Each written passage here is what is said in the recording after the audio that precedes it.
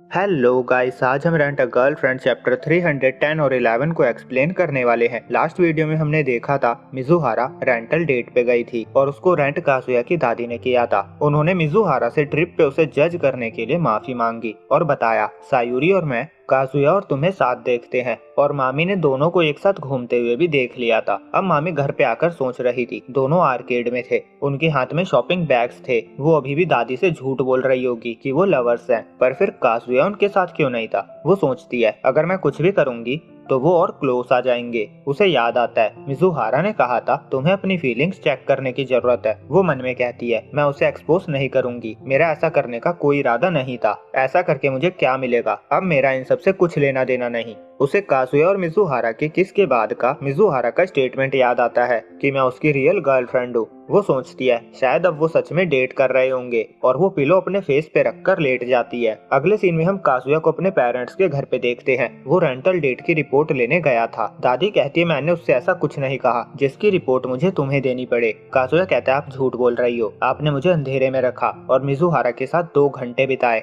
ऐसा हो ही नहीं सकता कि आपने मेरे बारे में कोई बात ना करी हो। वो कहता है प्रॉमिस करो आप आगे से उसे कभी रेंट नहीं करोगी। दादी कहती है तुमने अपना प्रॉमिस तोड़ा, इसीलिए मुझे ऐसा करना पड़ा। मिजुहारा के साथ मेरे ब्यूटीफुल मूवमेंट्स, शॉपिंग और कैफे, ये एक फैन डेट थी। काजुया फिर पूछता है आपने क्या बात करी। दादी कहती है मेरे पास तुम्हें बताने के लिए कुछ नहीं है, मैं बस देखना चाहती थी मिजुहारा अपनी जॉब कैसे करती है। अब काजुया घर जा रहा था और वो सोच रहा था दादी को नहीं पता मिजुहारा इन्वेस्टिगेशन के बीच में है। अगर उन्होंने मेरे बारे में उल्टा सीधा कह दिया होगा तो मेरे लिए अच्छा नहीं होगा। उन्होंने उसे रेंट करके पहले ही सब खराब कर दिया है। कहीं मिजुहारा हमारी पूरी फैमिली को वियर्डो ना समझने लगे। मेरे पूछने पे भी मिजुहारा ने नहीं बताया, वो मिस्ट्री बन के रह गई है। मुझे समझ नहीं आ रहा मैं क्या करूं। वो घर में एंटर करता है और याईमोरी उसके सामने टपक जाती है। काजुया लाल पड़ गया था। वो कहता है ये क्या है। याईमोरी कहती है कॉस्प्ले।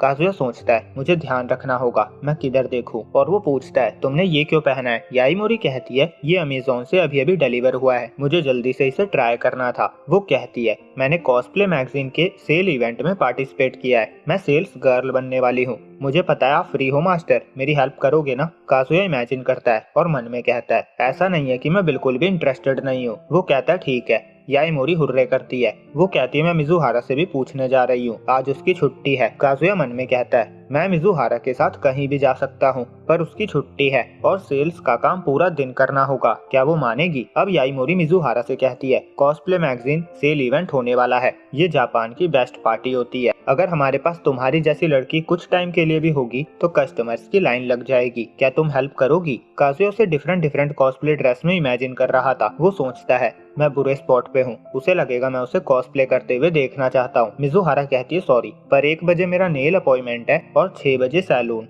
आज का दिन मैंने सेल्फ केयर के लिए डिसाइड किया है। याईमोरी उससे विनती कर रही थी। काजुया सोच रहा था ये अभी भी उससे पूछे जा रही है। मिजुहारा नहीं मानने वाली। याईमोरी कहती है तुम सैलून जाओ ना जाओ, तुम्हारी ब्यूटी को कोई मैच नहीं कर सकता और जब हम वापस आएंगे तो नेल्स का काम मैं कर दूंगी। मैंने अपनी एक कॉस्प्लेयर फ्रेंड से भी पूछा था पर अचानक से उसने मना कर दिया। अब मुझे तुम्हारी हेल्प की जरूरत है। और वो अपनी ब्रा दिखाती है। मिजुहारा को याद आता है याईमोरी का उस पे एहसान है। तभी काजुया याईमोरी का मुंह बंद करके कहता है मिजुहारा के प्लान्स है। वो मिजुहारा से कहता है सब भूल जाओ। तभी मिजुहारा कहती है मैं चलूंगी। वो कहती है मैं नेल अपॉइंटमेंट का टाइम चेंज करवा लूंगी। अब सब इवेंट प्लेस पे थे और याईमोरी और मिजुहारा ने काजुया को अकेले छोड़ दिया था। काजुया आसपास वाली लड़कियों को देखता हुआ सोच रहा था मुझे ध्यान रखना होगा, मैं किधर देखूं। नहीं, मैं पहले ही डिसाइड कर चुका हूँ, मेरे लिए बस एक ही है और वो मिजुहारा है। वो सोच रहा था क्या मिजुहारा भी इन लड़कियों की तरह कॉस्प्ले करने वाली है। ऐसा लगता है याईमोरी जो भी कह रही है वो सब कुछ कर रही है।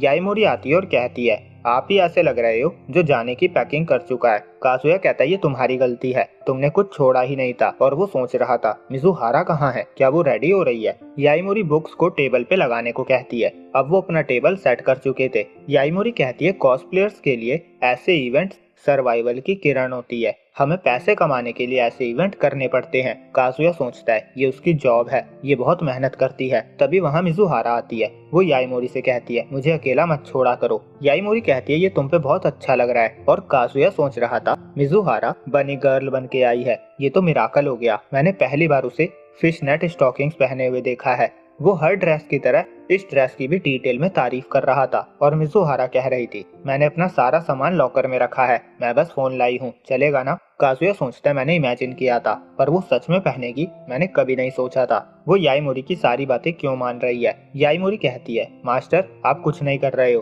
काजुया सोच रहा था, मुझे पता है मिजुहारा ने अपने रियल अंडरवियर कवर किए होंगे पर मेरा देखने का मन कर रहा है। वो अपने आप को संभाल नहीं पा रहा था। फिर वहाँ बहुत सारे कस्टमर्स आते हैं, कुछ लोग याईमोरी की फोटोज भी ले रहे थे और मिजुहारा सेल के काम कर रही थी। काजुया सोच रहा था, मेरे मुकाबले मिजुहारा डबल काम कर रही है। वो प्रिपेयर्ड भी नहीं थी पर वो बहुत अच्छा कर रही है, वो अमेजिंग है, वो एक एक्ट्रेस है, शायद उसने बनी कॉस्ट्यूम पहले भी पहना होगा। सभी कस्टमर्स के जाने के बाद याईमोरी मिजुहारा से कहती है, मुझे पता था मैं तुम पे डिपेंड हो सकती हूँ। वो पूछती है, क्या तुमने पहले भी कभी बन्नी कॉस्ट्यूम पहना है। मिजुहारा कहती है, हाँ शायद। काजुया मन में कहता है, मुझे पता था, वो एक मैच्योर ग्रोन वुमेन है और एक मैं हूँ इडियट, हर टाइम बस पैनिक करता रहता हूँ। फिर और भी फोटोग्राफर्स याईमोरी की फोटोज क्लिक कर रहे थे। काजुया बैठा सोच रहा था, मेरा ध्यान काम पे होना चाहिए। और मिजुहारा को याद आता है, उसने काजुया से कहा था, तुम झूठ बोल रहे हो ना। वो भी बैठ जाती है और कहती है, ये कॉस्ट्यूम मैंने पहली बार पहना है। काजुया लाल हो रहा था। मिजुहारा कहती है, हमने प्रॉमिस किया था, हम झूठ नहीं बोलेंगे। और यहीं पे चैप्टर 311 एंड होता है।